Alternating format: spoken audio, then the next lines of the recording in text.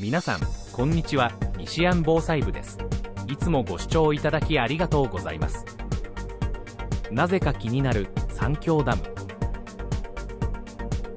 このチャンネルでは三峡ダムの最新情報と中国を念頭に気になるニュースを詳しく解説しています。短い動画ではありますが、お付き合いのほどよろしくお願いします。5月8日、地上波では全く伝えられない三峡ダムの現況です。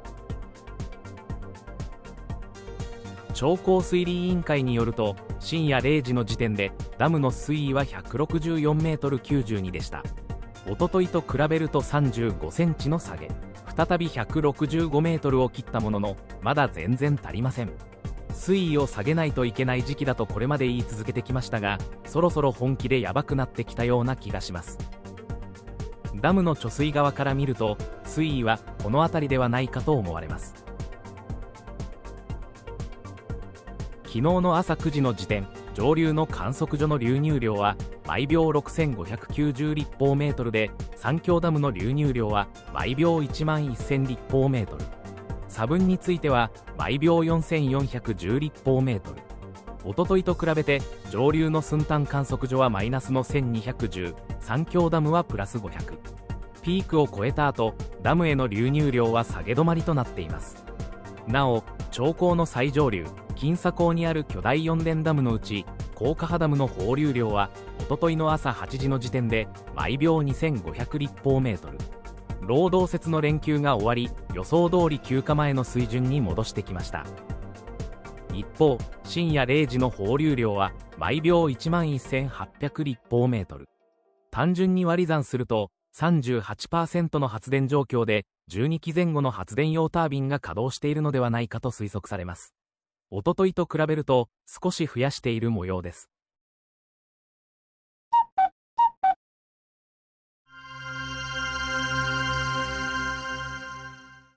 三峡ダムと最上流にあるダムの流量についてデータを比較しながら現状を確認します。こちらは2月からおとといまでの流量の変化を示したもので、中国交通運輸部の発表データをもとにグラフを作成。上が三峡ダム、下が高架波ダムを表しています。まずは最上流にある高架波ダムの方から。濃い青のラインの放流量は前回予想した通り、労働節が終わって元の水準に戻しています。2月の春節の時もそうでしたから、このダムは基本的に大型連休の際には放流量を運用上の最低ラインまで落とす運用ということが言えそうです。高架波ダムは発電が主目的なので、放流量イコール発電量ということになるかと。水色のラインの流入量もほとんど同じような動きとなっていることから、一つ上流の慶楽都ダムの放流量も同期をとっているものと推測されます。次に三峡ダムの状況について、オレンジのラインの流入量は大きく減少した後下げ止まり、ここ数日、毎秒1万立方メートルあたりで安定しています。上流の重慶市の観測所、そして支流の右港の観測所のグラフを眺めてみるとそれほど大きな変化はないため、しばらくこのままの水準で進むような気はします。一方の放流量はこれまで段階的に増やしてきたものの、流入量のピークが超えたこともあり、ダムから出す量を少し絞った模様。流入と放流の差は大きいことから、ダムの水位は徐々に下がりつつあるものの、あるべき姿からすると物足りなさは否めません。今後また上流で増水して流入が増えれば、ますます水位を下げれない状況に陥りそうな気はします。なお、湖南省水門局のサイトが部分復旧しているために、以前お伝えしていた形式でまた、詳細なデータをご紹介できそうな状況になりました。チャンネル運営側としては朗報、変化があれば随時ご紹介していきたいと思います。Nishi Yang Channel。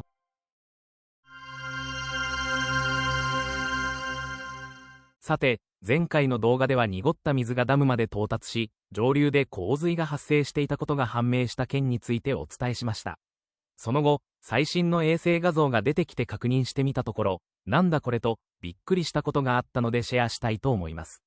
こちらは5月6日ですからおとといの画像、ヨーロッパの衛星、センチネルのものになります。注目していただきたいのはここの部分。中央のところは洪水調節専用のゲートがあり、普段はこんな感じ、下流側には何も見られません。わずか2日前、5月4日にはなかったものが、今回現れたわけです。雲とか、もやじゃないか、あるいはゴミかとも思いましたが、ゴミだともっとばらけて集まってくるでしょうが、これは整然とした長方形になっており、かなり不自然。洪水調節部分の断面はこのようになっており、上から非常用洪水履、中ほどに常用洪水履、そして底部に土砂履があるとされています。上から2つはジャンプ式、下流側では空中に水が出される構造。ちなみに非常用洪水履は、試験段階も含めてこれまで一度も使われたことはありません。常用洪水履はその名の通り、洪水が発生した時に使われる水門。当然ながら洪水シーズンに限られ、去年は一度だけ使用されました。ここから水が出された時の衛星画像はこちら。ジャンプ式なので、放水口から水面に着地するところまでバッチリ映っており、明らかに最新の衛星画像とは異なります。そうなると、底層にある土砂履からの放水で、水の下から出され、少し離れたところに泡のようなものが出るとは考えられないでしょうか。いろいろ調べてみたのですが、底層の土砂履は封印されて、現在使われていないという情報も出てきます。もちろん中の人ではないので、この白い部分、別の理由があるのかもしれませんが、論理的に考えれば、底層の放水路からではないかと思った次第です。この泡の正体について、どなたか詳しい方がいらっしゃったら、こっそりコメント欄で教えてください。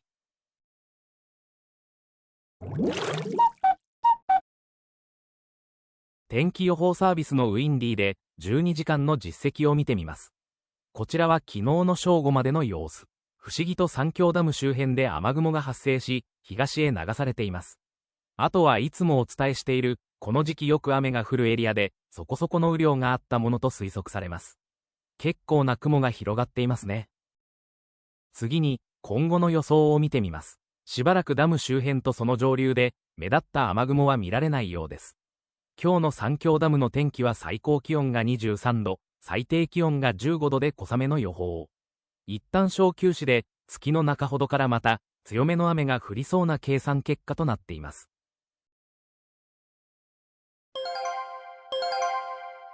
番組の途中ですが、ここで臨時ニュースです。三峡集団河川流域管理センター等委員会、真摯な指示を心に留め、実践的な成果を示す、長江三峡集団の記事を翻訳してお伝えします。サイトによると、2018年4月24日、習近平総書記は三峡ダム事業を視察し、一つの象徴であり、三つの模範であると高く評価するとともに、誠に国家的な大事業は、我々自身の手で成し遂げなければならないと強調した。三峡ダム集団流域管理センターは、この指示を念頭に置き、勤勉かつ実務的に取り組み、質の高い等建設を通じて、この国家的な大事業の総合的な利益の完全な実現を確保し、目覚ましい成果を上げてきた。累計で915億立方メートルの洪水を遮断し、流入量が毎秒5万立方メートルを超える、9つの洪水を成功売りに処理した。2020年には、ダム建設以来最大の洪水ピークを効果的に遮断し、長江中下流域の人々の生命と財産を効果的に守った。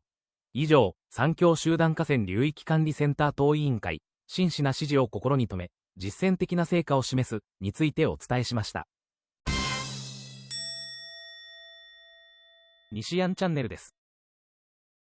今回の件、冒頭でいきなり2018年の習近平氏の視察の話が出てきたので、時系列が飛んでいて戸惑った方も多かったのではないでしょうか。2026年4月24日で、習氏視察からちょうど8年となるタイミングに合わせ、この間、三峡ダムがどれだけ成果を上げたのかをアピールする内容がてんこ盛り。2020年の大洪水をはじめとする、地水面での貢献、水力発電による電力供給や CO2 排出削減への寄与、さらには長江の黄金水道としての物流、水運機能など、様々な実績が並べられています。国営企業らしく、とにかく成果を積み上げて強調するスタイルと言えそうです。もっとも、こうした中国のサイトは独特で、一文がとにかく長い印象があります。何々し、何々し、何々し、そしてこうなった、という表現が延々と続き、途中で最初の主語を忘れてしまうこともしばしば。内容以前に文章を読み解くだけで体力を使ってしまい、なかなか慣れません。国営会社の記事として見ると、単なるダム紹介ではなく、国家的大事業の成功を内外に印象づけたい意図がかなり強く感じられます。特に習近平政権下での成果として位置づけたいのでしょう。詳しく知りたい方は URL からご覧ください。ウェブサイトの最後までたどり着くことをお祈りいたします。このチャンネルは日本で唯一定期的に中国三峡ダムの情報をお伝えしています。決壊だ崩壊だ大変だという煽り文句とは距離を置き、データを中心に現況を共有。三峡ダムだけでなく、他の国のニュースを合わせて発信しています。ご興味のある方はこの機会にぜひチャンネル登録をお願いします。また、意図せずにチャンネル登録が外れていたという話もあるようなので、今一度登録をご確認いただければ幸いです。ダム湖の底にはコンクリート片が沈んでいるというのをご存知でしょうか。三峡ダムは3つのフェーズに分けて作られました。第2期工事の中では、仮の包みが作られて、堤体と発電設備の工事が行われたようです。施設が完成した後、不要になった仮の包みは、木っ端みじんに爆破されました。本体と仮の包みの距離はわずか60メートルしかなかったそうです。これはダムの裏側、貯水側から見たイメージで、画面の右側のところには、大量のコンクリートの破片が眠っているということになるようです。ちょっとやそっとの量ではないかと思いますが、まさかダムの裏側に崩れたコンクリートがあるとは思いませんでした。